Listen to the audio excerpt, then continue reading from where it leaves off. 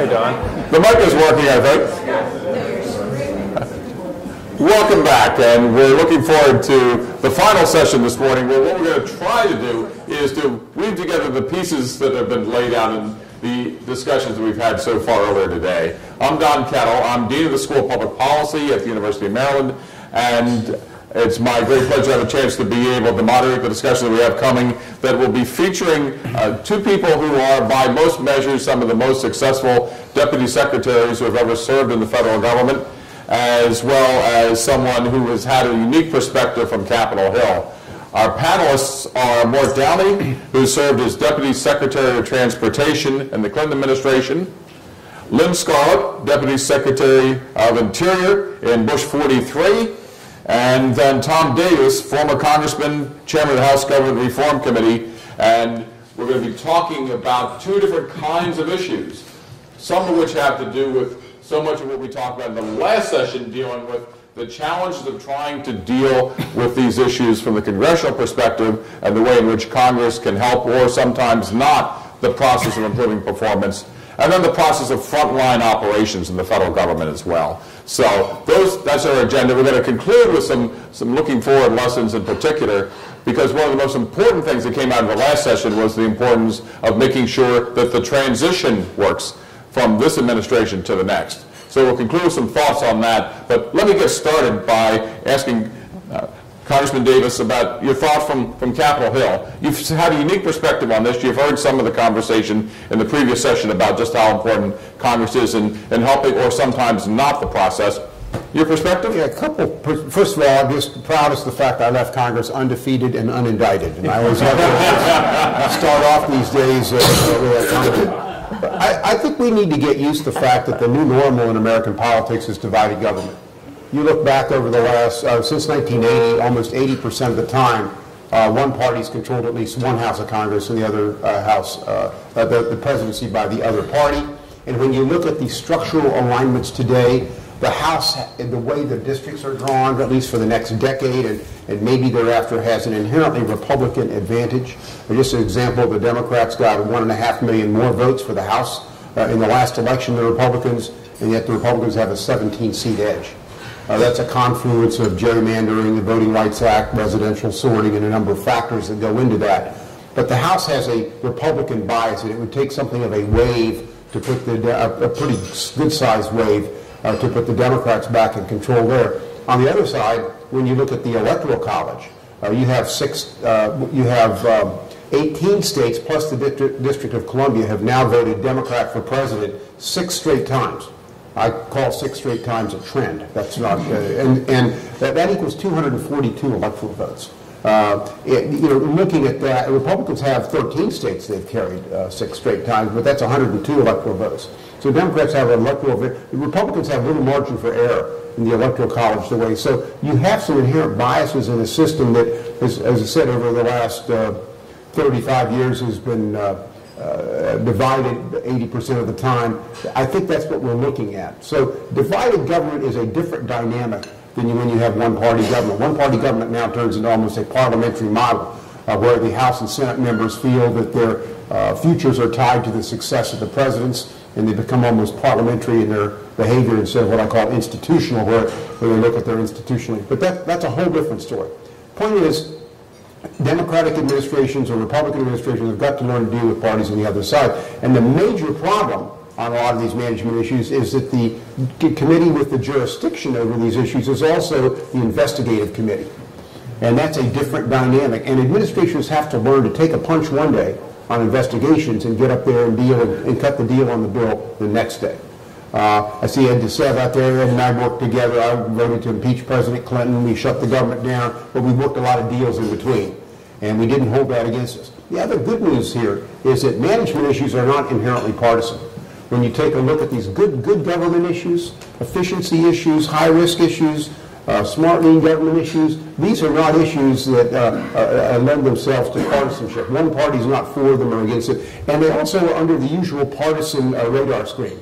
So that these are not heavy issues where if you cooperate with the other side, Fox News or MSNBC are going to beat you up on it. So there's a lot of potential there for administrations that understand that ability to work together on some issues and take a punch on the other side. And they said under the Clinton administration, which I was on the committee for 14 years, we did pass Clinger, Cohen, Gipper, just a whole lot of legislation. On the Bush administration, the first 2 years were in some ways our most successful, where I had Joe Lieberman as the chairman over on the Senate side.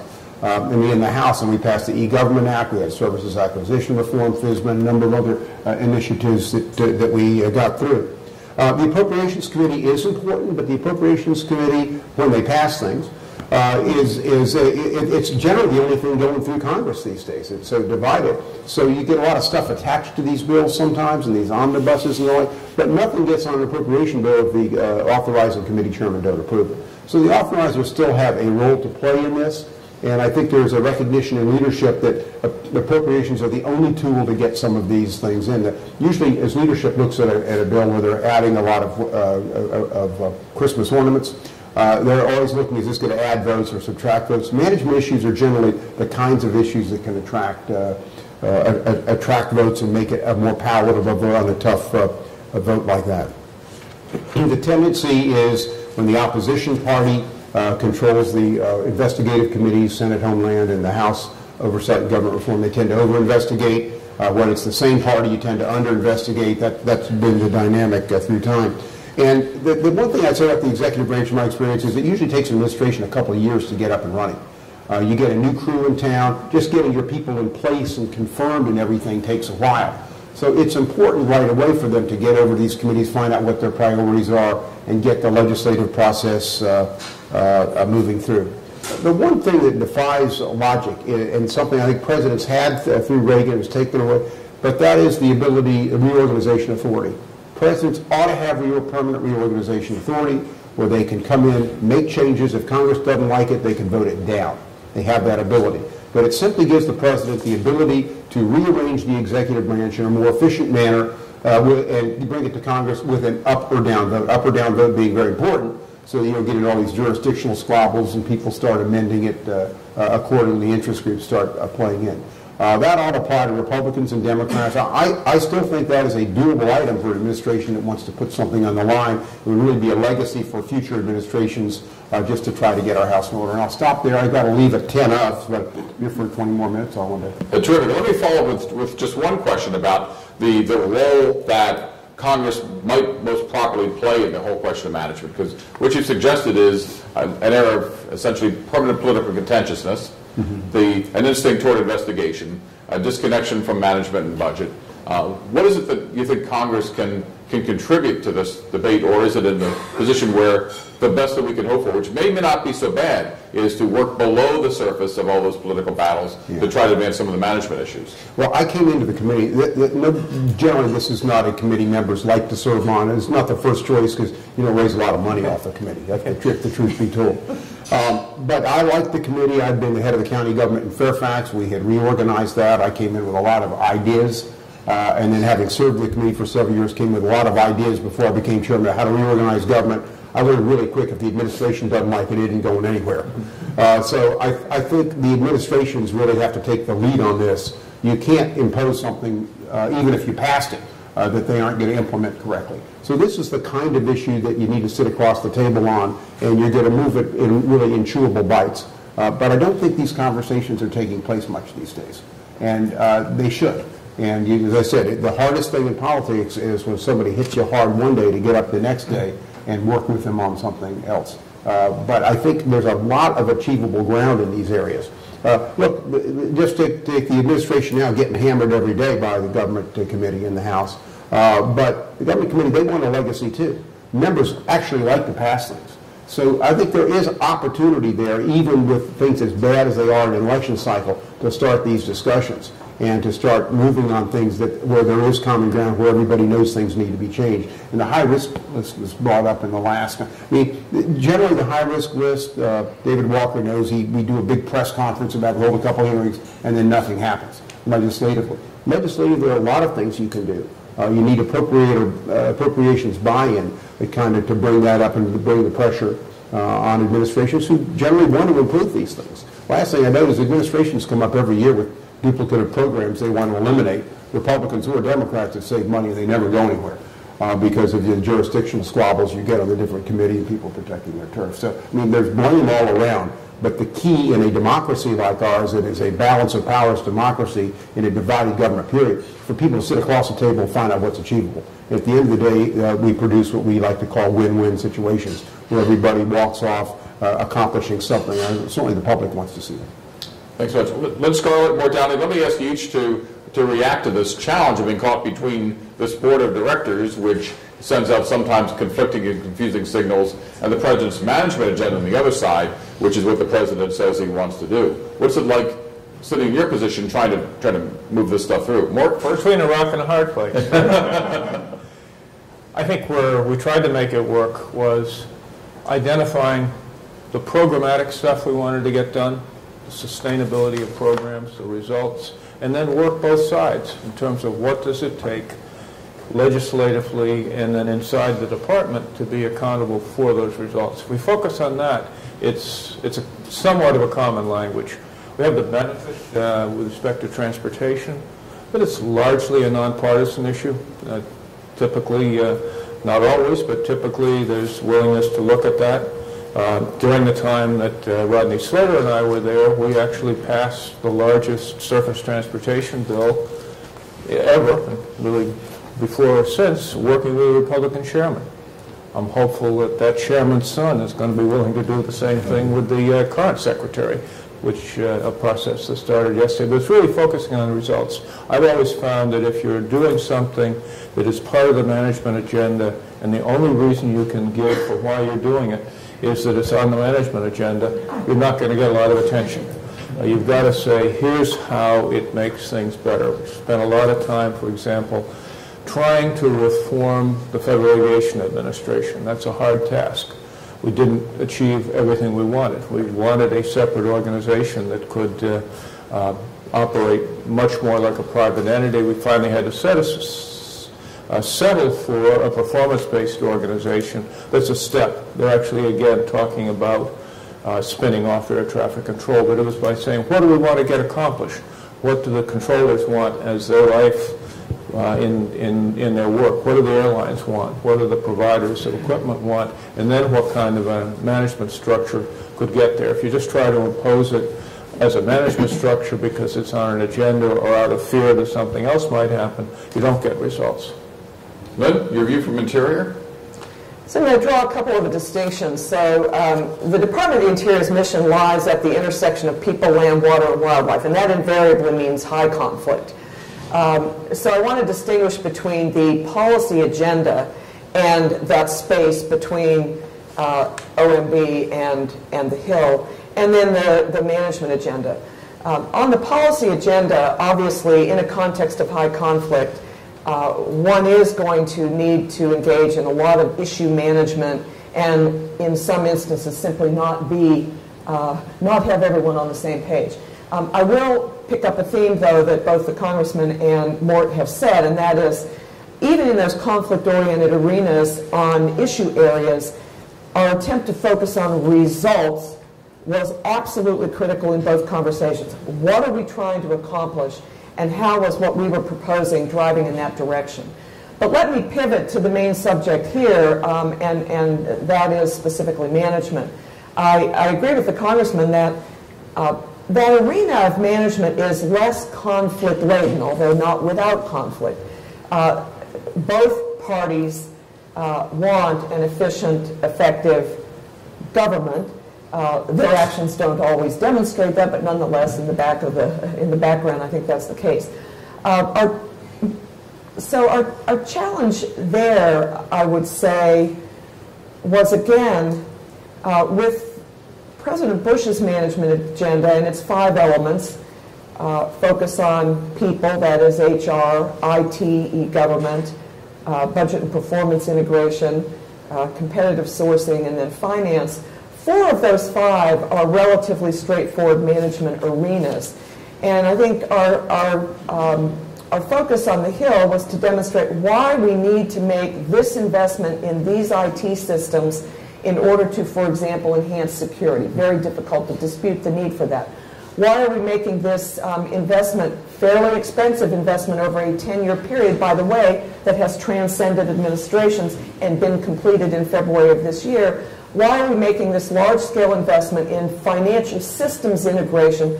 So we have one financial system platform, only one rather than 27 financial management systems, only one rather than 100+ real estate management systems, etc.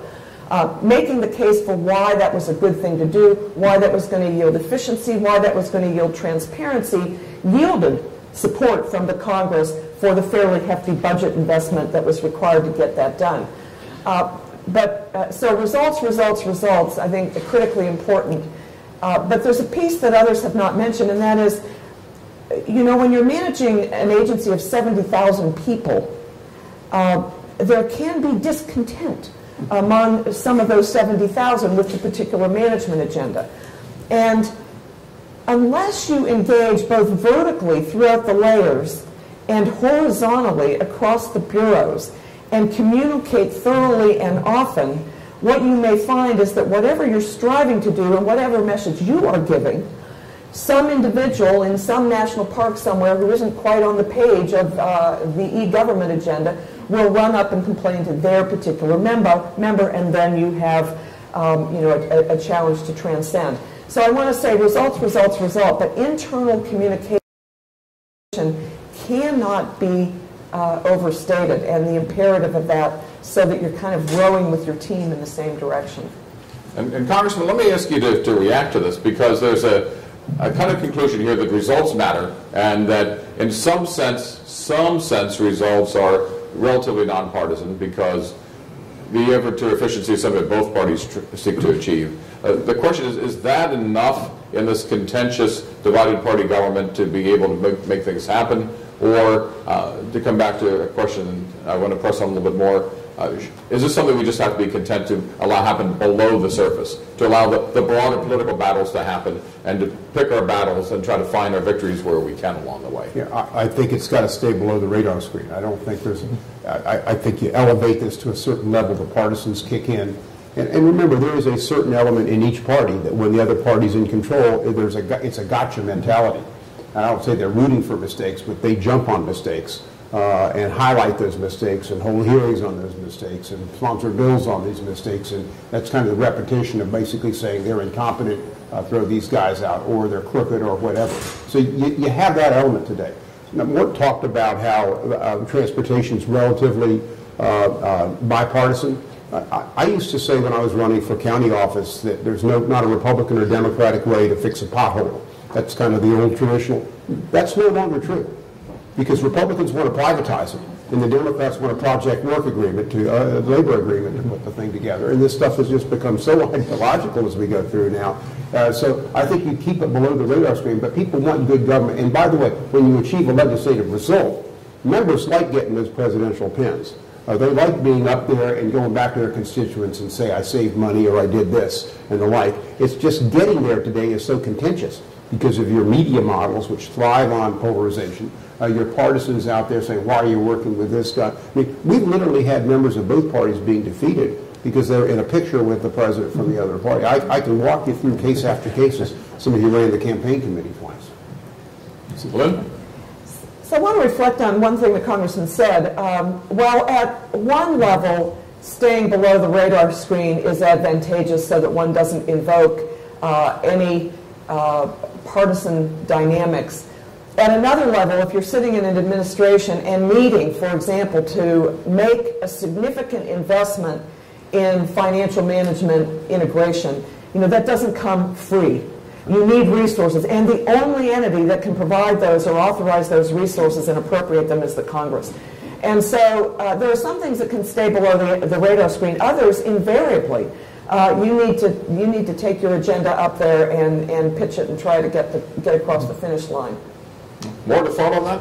Yeah, I think that conversation has to go on, but I think it needs to be in the context of what are you really trying to achieve. And one frustration I had was we used our strategic plan very heavily inside the department as an organizing principle for 10 different agencies who have many things in common but don't want to admit it. We sort of focus on what is it we're really trying to achieve: safety, economic economic growth environment and the like. We worked through that very hard. There was no appetite on the Hill to hear about that. And therefore, when we said this is what we're trying to do to achieve our results, it was the same as saying it's on the management agenda. The common discussion really didn't come through. And let me push on an issue that came up in the last panel very heavily, where if there was any kind of broad consensus, it seemed to be that the thing that a president's management agenda has to have increasingly is transparency. And the question is whether or not increased transparency is equivalent to putting a target on your chest. Is how, from the operational side, can you, on the one hand, meet the management goals to try to advance this notion of transparency, but at the same time to deal with the very real realities of what happens on Capitol Hill. Let me ask the Congressman to react last. I don't think transparency is a policy. I mean, I think it's a means to an end. I think sometimes it becomes a policy goal by itself. I think it's a good thing. I think government in the sunlight is a good thing. But I think sometimes it becomes like the policy by itself. And the question is transparency for what and for what purpose? Right. And that's, I think, let me ask each of you, Lynn and more both, to react on the role that you think transparency plays, both in helping manage the agency, but also dealing with these very real political issues that you're talking about. I think in terms of managing the agency, it's critical. And having agreed upon goals with the administration heads, with the bureau heads, and then reporting on how well you're doing on those is really the only motivator you have to getting those results. And we were completely transparent about them. We issued our performance reports religiously and regularly and honestly, and took the hits if we were going to take hits, but more often than not, we had a good message. And that's a message we really tried to play across the board. Again, with the Hill, not quite so close a alignment. The money we got for something didn't necessarily tie to what we had achieved, but we would try to have that conversation.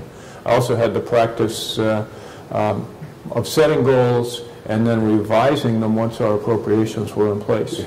Downward if we were cut, upward if we got plus-ups, and said, this is what we're now going to work with, and we want to go back and say we've achieved what we intended to do, and we want to be public about it. I think it's the only way to really get accountability.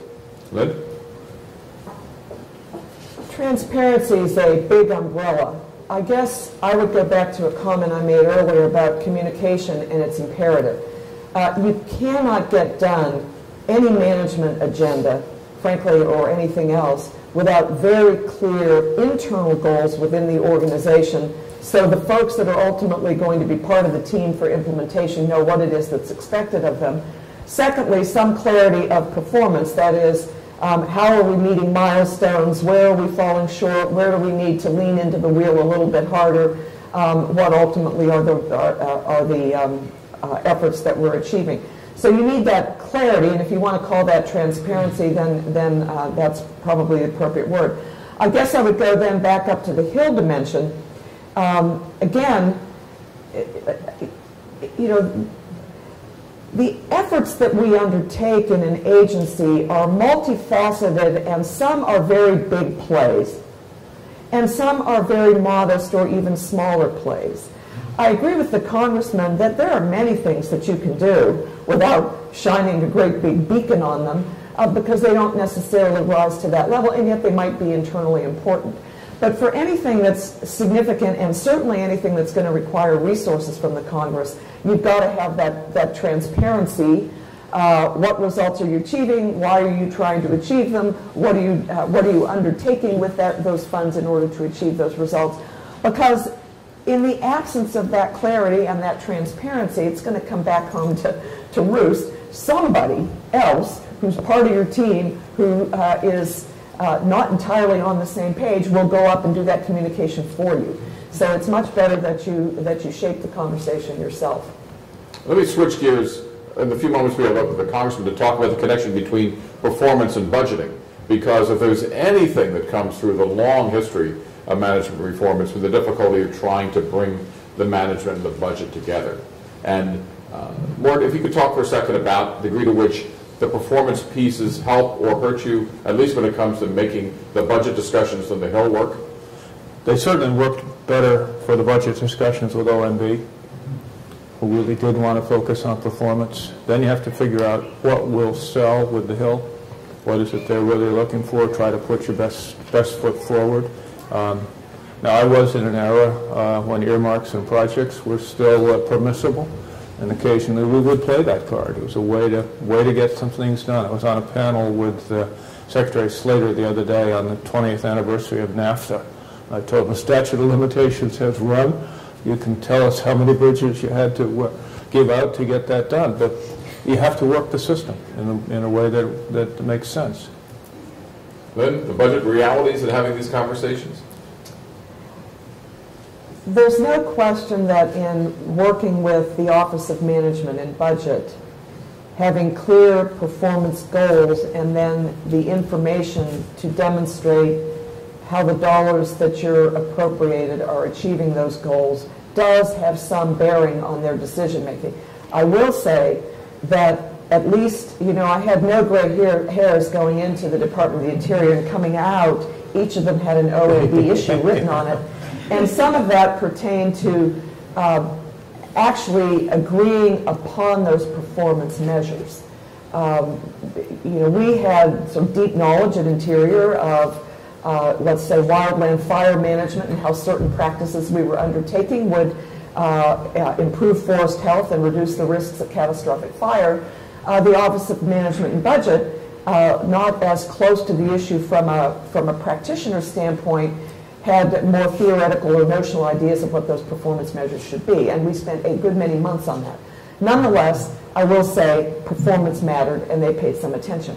On the Hill, I would say it was variable. So in that space, such as, say, IT security or financial management integration, where there were clear motivations for efficiency, clear motivation for improving government performance, showing the degree to which the money they were giving was moving us in the direction of that performance we aspired to was important. But in the realm of competitive sourcing, which was of the 5 management items in President Bush's management agenda, it was the one that was most controversial, because it pertained to who gets what job, who provides what service, and really cut at the core of certain expectations with the civil service and so forth. Very controversial of the 5 items on the President's management agenda.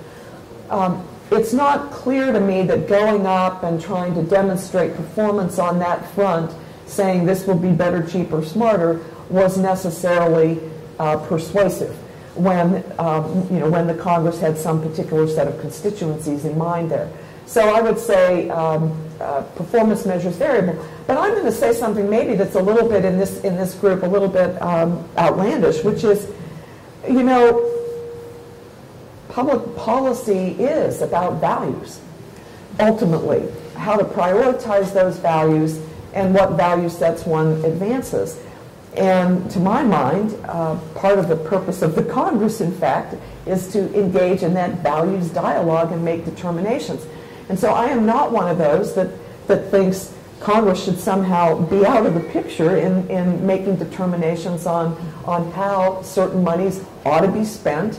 Now, obviously, when you get into the earmark context, some of that can yield some silliness, but some of it, frankly, speaks to some very, very important priorities in a state or with certain regions in that state. And so, yes, it's about performance, but we've got to remember that governing is also about, in many respects, reflecting and pursuing values. Congressman, I know we just have a few minutes left of your time here this morning, but let me ask you to reflect on the question of how to try to bring this discussion into something moving forward on the Hill that would make some sense. What kind of counsel would you have to try to deal with this divided party government? Well, legislation is not designed to be an efficient process. In fact, what's the old saying? The 2 things you want to never see being made: sausages and laws. Without earmarks, how many appropriation bills have passed since they did away with earmarks? I mean, you don't get that anymore. Members don't want to vote for things unless there's something in it that they can take home. And these bills are ugly right now with the kind of things they're cutting and sequestering and that. So I think communication between the executive and legislative branch is critical. I do think performance matters. Look, these appropriation bills, for example, it's a handful of people write these bills. A handful of staffers and members. The average member out there is just furniture. They're sitting out there. We don't even bring appropriation bills to the floor anymore. They're bringing them up this year. If you look the last 4 years, for the most part, this stuff is written in the committee office and through the leader's office and put up in some kind of omnibus. And it's those people and those staffers you have to come in, talk about where you're getting efficiencies out of these things, what works. IT in the private sector we look at as an investment. Look, the Capitol Hill is just a budget item. And so there are different variables, and it just takes an adept executive leadership to be able to navigate through those. But at the end of the day, good communications can make up for a lot of deficiencies we have in the process. Yeah. On the front of communications, one thing that strikes me as successful for most of the time I was there was having an IG who would A, work with us, and B, be respected on the Hill. Right, and if he went up there and said it's working, they would accept that. If he came to us and said it isn't working, we could say, what can we do to fix it? But the right person in that job can really be an asset. As opposed to a gotcha person. Yes, which we had before. Congressman, a concluding thought? I know no, I think this is a great discussion, and I hope we all come back a little wiser for it, getting different perspectives. But this is what government ought to be about, is getting different perspectives, synthesizing them, and coming out with a product. I think too often now we don't come out with a work product at the end, and I think that's not been good. Thanks. Congressman Tom Bates, thanks very much for joining us.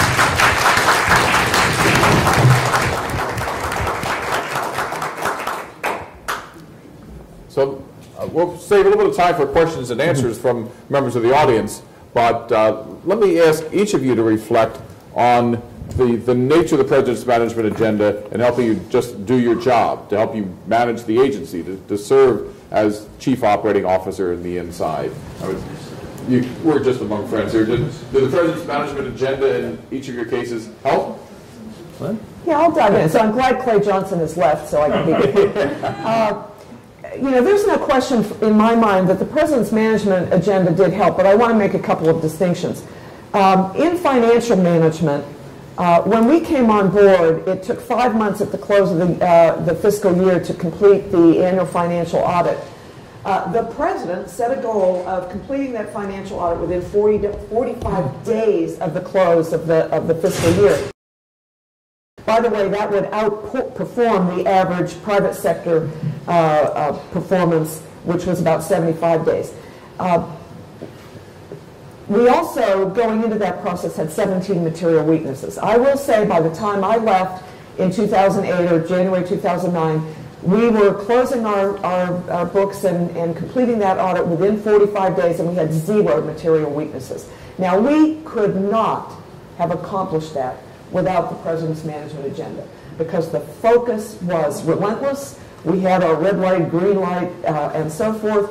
I had a point person assigned to that so that we would get across the finish line. I think it would have been very difficult to sustain over an 8-year time period that sort of effort, because it required not just tweaking at the margin, it required an overhaul of how we did financial management. It required that we reconcile the books monthly as opposed to at the end of the year, and many, many, many other changes. On the other hand, so let me make a contrast. While I will say that the focus on e-government was important, and it certainly did help elevate the need to enhance our IT security, which was certainly critical, to enhance the use of IT systems for things like grants management and so forth. That was important. On the other hand, the way it was managed by O&B was extremely micromanaged. So rather than saying, here are the goals, as we did with financial management, it was, here are the goals, and here are 843 steps that you need to take in order to achieve those goals. At one point, I actually had my IT guy, who was really in charge of that, come in, and I am not kidding you, lay out a scroll that rolled across my office, and it was a big office, with all the detailed items that we were supposed to achieve under eGov. Well, that's too much. That's over-prescription. I think the focus, the issue area was good. from the vantage point of a doer, having some clear and concise goals, and then letting the agencies figure out just exactly what steps they needed to take to get there, would have resulted in less wheel spinning to do all these devilish interim details instead of just getting our work done. A quick follow-up, though, on that. If the complaint, and I think what our friends at OMB would probably say is, that's good for you, but there are other agencies that maybe don't have the same enthusiasm in trying to approach some of these things, and that only in laying out the detail, even if it is a long scroll across the desk, that's the only way we're going to get everybody across the government to move forward. Because there really is this constant theme that shoots through the management reforms from time immemorial, that it becomes a flag that the leaders can carry into battle, but that others shirk away from if the fighting looks like it's going to be too intense. I think that having a scroll across the floor with hundreds of detailed actions that we were expected to undertake would only give the illusion of engagement and success rather than fundamental results. Again, I think you can go back and say, what are we trying to achieve? A certain level of IT security, let us say, a certain level of IT systems integration, the delivery of certain products, for example, grants management in such and so way, and then recognize that your IT professionals within those agencies are going to, with varying degrees of vigor, pursue that. You will still be looking at that test of success. What is it they're achieving? We spend an awful lot of time going through those devilish details, those interim milestones, and it's not clear to me that whether there was someone with their eyes on the ball or someone with their eyes less on the ball, that was particularly useful.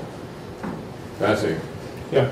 Mark, you were there during the Clinton years where there was a lot going on. Could you talk a little about, from your perspective, how this played out? Indeed, a lot going on, and most of it to the good, some of it maybe not so much. I think the institution of the President's Management Council, whether we invented it or not, we certainly made use of it, was really critical because it was a place where you could push back on some things that didn't make sense, where you could get some support from your colleagues about what did make sense, and frankly also create some relationships that allowed cross-agency cooperation without having to make a major initiative to do that. So that was very important. As I said earlier, I think the whole effort on GIPRA and the strategic plan and performance worked well for me. Maybe it didn't work well for others, but at least in terms of the business that we were in, having that as here's something that has to be done, but by God, we're going to make it work for us was important. Some of the other things that were simply check-the-box exercises, not so good. Procurement reform, for example, a lot of good things about that, how to do procurement better, how to focus on results, but then it got turned into a headcount cutting exercise, and we wound up losing so many people, we couldn't use the new tools. Evidence of that being Coast Guard, who saluted and cut their procurement staff and then couldn't do the deep water procurement. So we had to really think about what the long-term implications were. But as I said, for the most part, the management agenda helped me in the true purpose of management, which is to produce the results in the agency. Or you talked about some pluses and minuses there, Lynn, or some minuses maybe you'd want to put on the scoreboard from your experience? So I want to begin with the positive again. I think a president having a management agenda and attaching to that some expectation of certain clearly articulated results is unequivocally a good thing. I don't have anything negative to say about that exercise, and I completely concur with Mort that the President's Management Council was an essential element in that cross-agency sharing, in that ability to have a deeper dialogue with OMB, pushing back in some instances where there were challenges. So to me, the issue is not, should there be a management agenda, should there be a focus on results. It really goes back to what I was saying about the IT and the sort of devilish details and level of prescription. I think in the earnestness to get good performance undertaken, an administration, a White House sometimes has a tendency to overprescribe, and that would be the downside for me. The other limitation that I would flag is in any administration you only have 4 and or 8 years. And yet management is a journey, not a destination. There's no final end point. So continuity is clearly extraordinarily important. And yet many new administrations want to come on and create their own flag and their own banner and their new thing. And I think sometimes we would be better served not by starting all anew, but by looking at some of the very good, effective, well-directioned management endeavors that a previous administration, same party or otherwise, had underway, and ask how can we build upon those and extend those. And I want to say this is possible by flagging again our work on this financial management system integration. We knew that to integrate all of these multitude, and there were hundreds of systems, we had to do data quality and data continuity and so on and so forth across hundreds of systems and integrate them. This was a 10-year proposition. By definition, that meant it was going to transcend administrations.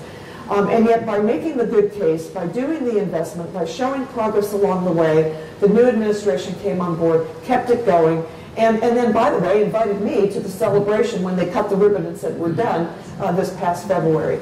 So that's a caution, you know, it just look for those areas of continuity rather than always thinking you need to lurch in a new direction to put your stamp on it of recognition. I think I agree with that. In transitions, I've always tried to make sure the people coming in understood what we were doing, why we were doing it, tell them make your own decisions about it. But I think you also have to not necessarily leave all of the initiatives out there unless you're going to weed the garden, unless you're going to pay attention. One of the things that the administration that followed us discovered was we had done a lot to try to make the premise of customer service part of our thinking. It kind of went rogue down in the agencies. There were regulators who thought the entity they were regulating was their customer, and they had to be good to their customer. Let them fly the planes, whether they're safe or not, because that's the customer. So you have to keep looking at why did it get started, and then what is it achieving? Don't just let it spin on by itself. I'm going to come back toward the end of our session and ask about what the future looks like, but I can't resist 2 questions based on this conversation we've just had. First is in terms of transition from each of you. How soon do you think an administration, say hypothetically a second Obama administration, ought to begin planning for this transition? I think you plan starting the day you come in. Good? That's a very good answer. But let me unpack it a little bit. Yes, in many respects that relates to what I said a moment ago. Look at what you're doing. See that pathway forward, including beyond your years, and that's part of your transition from day one. But beyond that, obviously, by the time you get, say, 2 years into an administration and are anticipating that you've got 2 more to go, I think it's at that midway point where you really have to very systematically begin thinking, what's that transition look like? Do we need to invest a little bit more in it in terms of producing relevant documentation or things that we're going to hand the baton along to the new administration? I had the opportunity to chair the transition team going into DOT this Obama administration first term, and the people who were there had done a good job. And they also knew fairly early on that I would be coming in to hear what they'd been doing. And they did a very nice turnover, and it was complete. It left opportunities for the new folks to decide what they wanted to do, but they had professionally carried it forward, and I think the results paid off. You also suggested, Mort, the need to maybe spend a little time weeding the garden. Mm-hmm. And as we're beginning to plan that, do you have any weeds in particular that we may want to think about plucking from the garden right now? I don't know. I'd have to think about that. Lynn?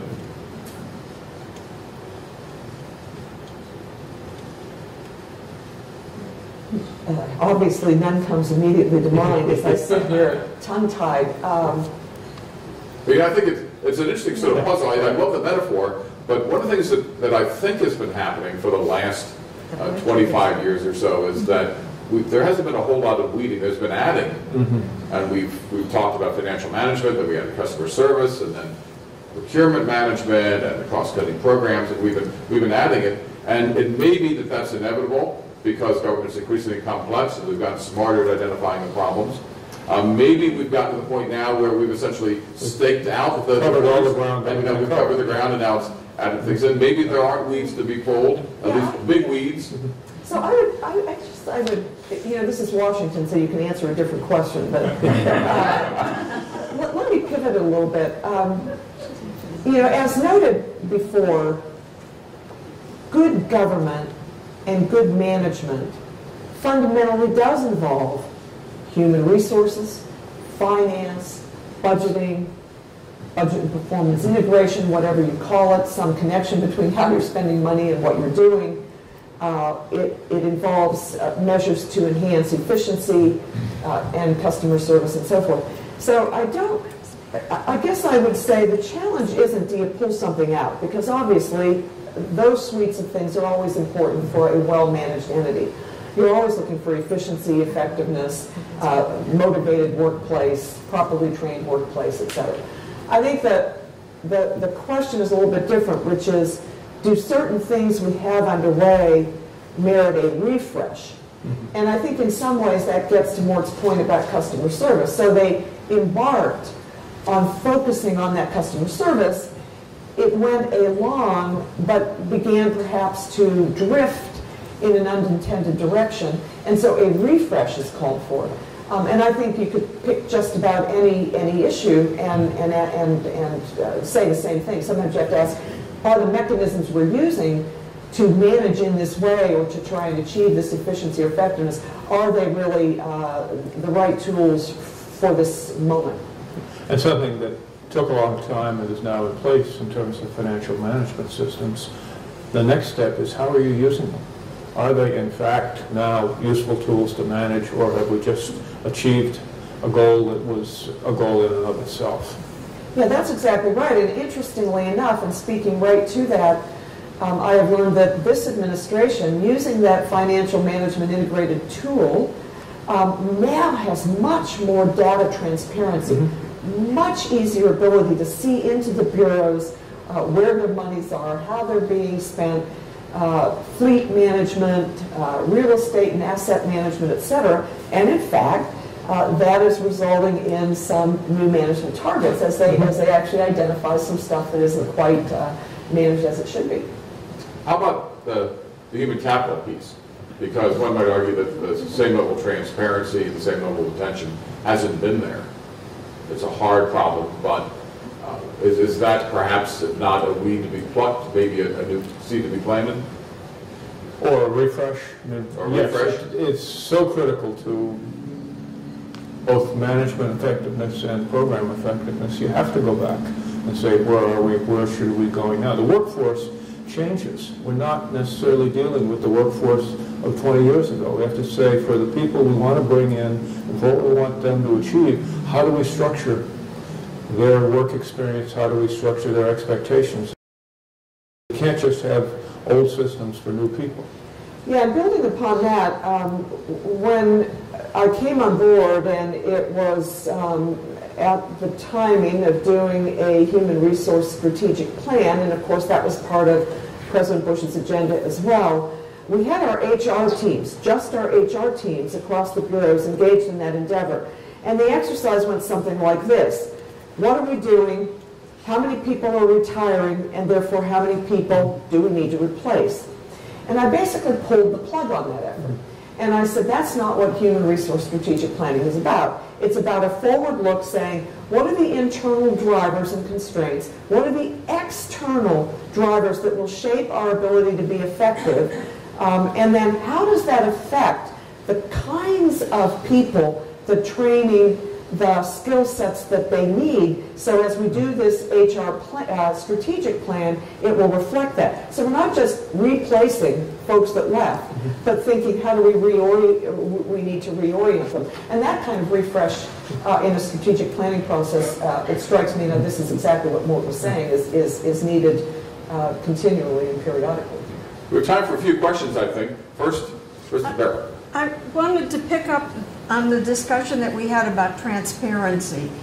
Is it a policy by itself or a means to other ends? Because I think one could say that management issues are really difficult as standalone issues, particularly when they're viewed from the Hill. And if you look at, we know that Tom Davis isn't here now, but the government operations committees are the ones that the public administration community has really focused on. And yet they do not have the authority either on the budget side or on the authorizing side. And so I think there's really an incredible misfit. So you have to, if you're making a case for something that you see as a management issue, you have to pose it in the substance of the agency's effort, so that the goals may be, you really have to play with those goals. So the question for those in the back is really how to try to frame these management questions in a way that gets traction and has reality on the Hill. Lynn, start us. Yeah, well, I will say that in my 8 years at the Interior Department, our two key sets of interactions on the Hill were with our appropriators, Senate and the House side, and with our authorizing committees. With the appropriators, our management work and our dialogue with them was relatively straightforward because they really cared about the dollars and cents. What were these efforts going to cost, and were they going to yield any savings, and or if not savings, were they going to yield some other tangible result that the appropriators would care about? And so that discussion was fairly straightforward. When we got over to the authorizers, I would say, first of all, by and large, they really didn't attend to our financial management very much. They didn't really attend to even indeed our human resources management too much. But to the degree that we did interact with them, there it had to shift not so much on how much money are we saving, but how is this going to enhance the delivery of our services. So how is our IT security going to link to, for example, dam security? And our ability to secure those dams in the wake of 9/11 and so forth. So you put it in terms that they care about. Mark. And I think the conversation on the earlier panel about the high-risk list is something we ought to pay attention to. If something is in that status, it should be the opportunity to go and fix, and go to all parts of the Hill and say, here's the problem we really have to be dealing with. We had one high risk, as I recall, when I came into the department. It turned out to be a program that we liked. We think it should have been better. We used that administratively and with both the appropriators and the authorizers to get it into a shape where it could then sustain itself. But I think it's a useful tool that we should pay attention to get at the dialogue that everybody can agree with. It's GAO has said this ought to happen, and GAO can say, as David was saying, and Congress is a part of the problem, we might get a dialogue going. So another hand up here. Yes, sir. Mort mentioned the IGs. And there's a problem of IGs with gotcha. They can cause an awful lot of damage. Right. There's a problem with IGs who don't understand the agency and what they're looking at.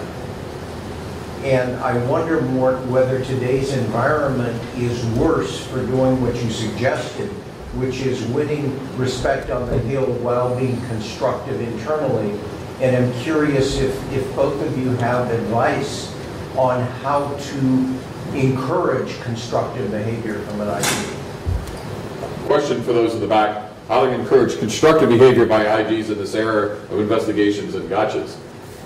So I will say that I had a good relationship with our IG, and one of the things that I did in my discussions with our IG was actually to try and reinforce the role of the IG in helping us manage well.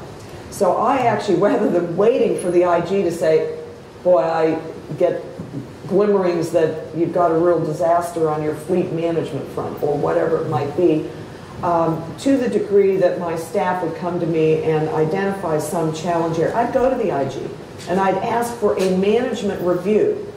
So not a gotcha review, but a management review of our fleet management, or whatever the case may be. And that invariably put the IG in that constructive role. We had a major challenge in the wake of 9/11. We have the Interior had the third largest law enforcement contingent in the federal government. And this was spread out across 5 different bureaus. They had no common practices for things like use of weapons, tracking of weapons, reporting of incidents distributed on the ground in national parks or refuges, and so on and so forth.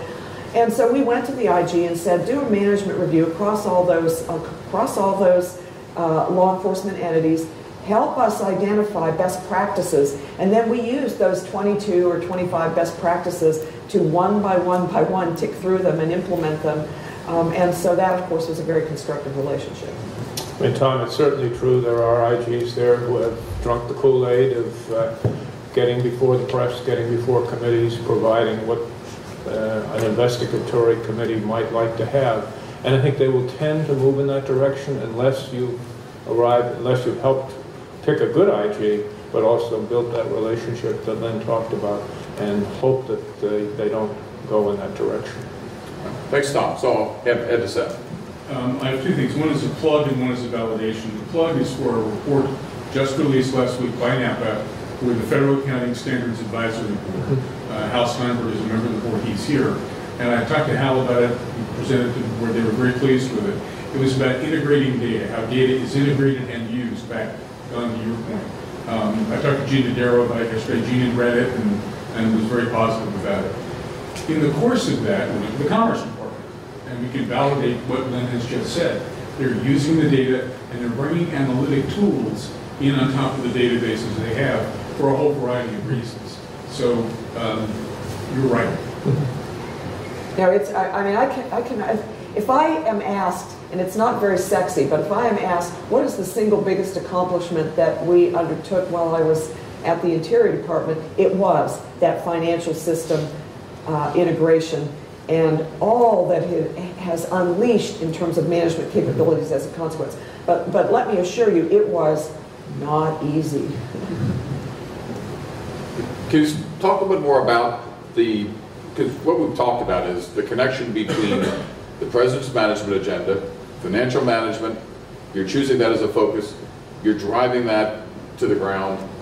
We were talking about a connection from the very highest levels of government to the most operational levels. And you talk about that just a little bit more about how it is that actually happened? Yeah, so we, one tendency, and I think this is true in the public and private sector for management endeavors, there's often a tendency to think that that's a matter for senior management and or those vested with that particular portfolio. HR does HR, IT does IT, or whatever. We, from the get-go, recognized that all of those functions really are in service of program delivery and mission delivery. And so we engaged on our planning teams. We actually engaged people across professions in the organization. So that's our horizontal integration, if you will. And then vertically recognized that a lot of our IT systems, our financial management, information generation, really went all the way down to field units. And so we actually vertically also engaged people at the national, at the regional, and vertically right down to the field unit in our teams, so that we would get the insights and the pushback from those who ultimately had to contribute to those systems or were users of those systems, and so forth. So I think, understanding that management is more than management, or that is, understanding that management is not simply those functional support areas, but indeed as an organization as a whole is critical. Yeah, we did very much the same, involving groups of as many as 200 people across the different skills and our various agencies. We put an umbrella over it, which was the idea that we are one DOT, and we intend to function in that way, and we tend to motivate people to do that. And I think we did get results. I think they've been fairly lasting results, but it wasn't something that you could do with just the program people or just the management people. They had to learn to work with each other. Let me challenge you to take yourselves up on your own challenge for the few minutes we have left, and take just a couple minutes now that we're talking about the possibility of transition to it, the certainty of transition to a new administration, a new management agenda. A couple things that are interesting puzzles. Do we have we essentially dumped onto this garden all of the basic plants, all the basic seeds? Is there something big that we're missing? Is there something in particular the new administration ought to be paying attention to? We know that a new administration is going to have to do something different. You can't use the same label. You can't have the same kind of stuff. But are there either new things that need to be added? Are there old things that need more emphasis? What kind of advice would you have now, both in planning the transition and then picking up the flag and moving it forward? Let me just, each of you, just try to react on that, starting with Mortimer. I think all the right pieces are there. I don't think we need a new one, but I do think something that is being done now, but just really for the first time, has to be added to, and that's the idea of cross-agency efforts.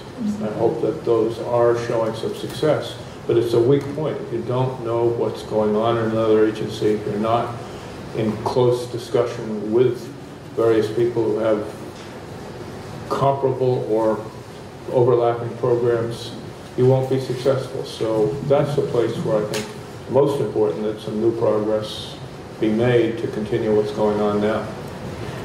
That's exactly what I was going to say. So we're on the same page. You know, a lot of flowers have been planted within the agencies, and there's more to be done. But the critical 21st century federal government management challenge is cross-agency coordination. Whether it's on data integration, I remember sitting in a workshop on water data, and I don't recall how many different databases that we have to measure water quality. So let's forget water flow and supply, just water quality. And there were dozens, and they don't speak to each other. And so, yes, absolutely, I entirely and 100% agree with Mort. But I'm going to add a caution at the very time that I endorse that. There's often a perspective that coordination requires centralization and or reorganization. And I would suggest absolutely not so, that what you want is to sustain the personalities and the mission focus and the skill sets of the individual agencies, but really work on those cross-dialogue, data integrating, coordinated mechanisms. When you think that the resolution to coordination is reorganization, you end up spending an enormous amount of political and management capital and not necessarily getting where you want to go. Yeah, much more juice would come from better use of technology to move data around, to let people communicate better. Moving the boxes is not the right idea. It's connecting the boxes through the system that would allow results to be And achieved. one big challenge in this, I will say, we strived for certain mission delivery arenas to do cross-cut budgets, that is with other agencies that were involved in delivering a shared service, if you will, whether it was Everglades restoration or whatever it might be. That is a really difficult endeavor, and yet it's extraordinarily important. Difficult because, number one, we would labor with our 8 other fellow agencies on a cross-cut budget.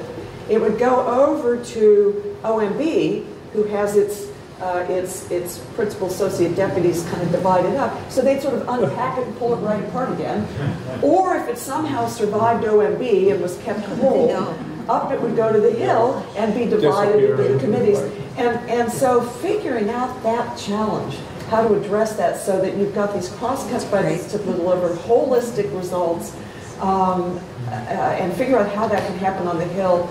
Boy, Fortunately, we're has almost ideas. out of time, so you raise the hardest question without our having the time to be able to solve them. Let me push you just a little bit further on that, because as you were both describing this, I was putting that context of everything else we've been talking about here today, that Congress is increasingly fragmented, that we've got a problem of divided party government, that we have this division between the appropriators and the operations folks on the Hill, that OMB has its own divisions, that it's got to be real to the president to be able to pick up and move things forward, and you're talking about what is clearly the single most important thing, which fits none of the operating procedures in this matter. So the question is, okay, I'm from the head of the transition team, pick your favorite candidate, and I'm now convinced. And now what I need to be able to do is to go to the president and say, Mr. President or Madam President, what I most need to do is this, and the way we're going to do it with our management agenda is...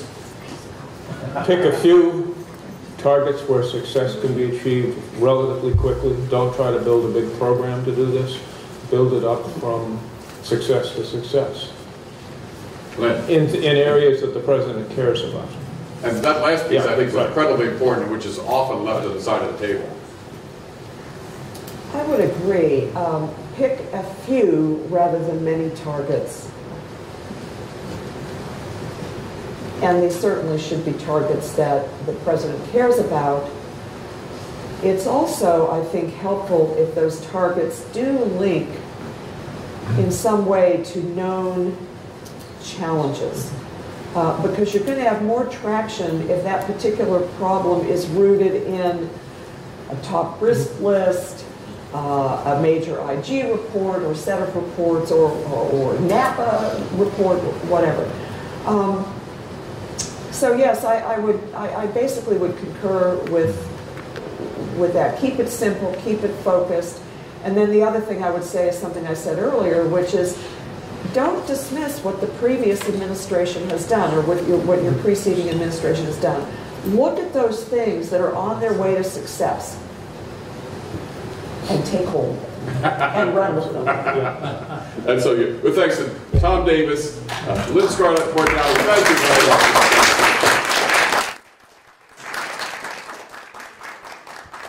Let me just conclude and thank Don and the panel here, and Dave Walker and the panel before, and then Ed DeSeb and Oliver Wyman and Napa with Lisa and Dan Blair, and our folks, George Mason, Kylie and Tim and Carrie and the others and Jonathan Brule, who was really instrumental in pulling all this together. This took some time. I think we started about 8 months ago. I think the results were well worth it. What we want to do, we're going to do a proceedings of this. We're going to provide a kind of conference summary to kind of pull out the main points and send that to everybody who was here, as well as put it on our website.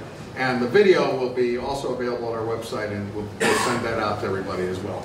So again, we really thank all of you for spending time on a very rainy morning. You're the stalwarts. You're the ones that make this work. And so thank you again.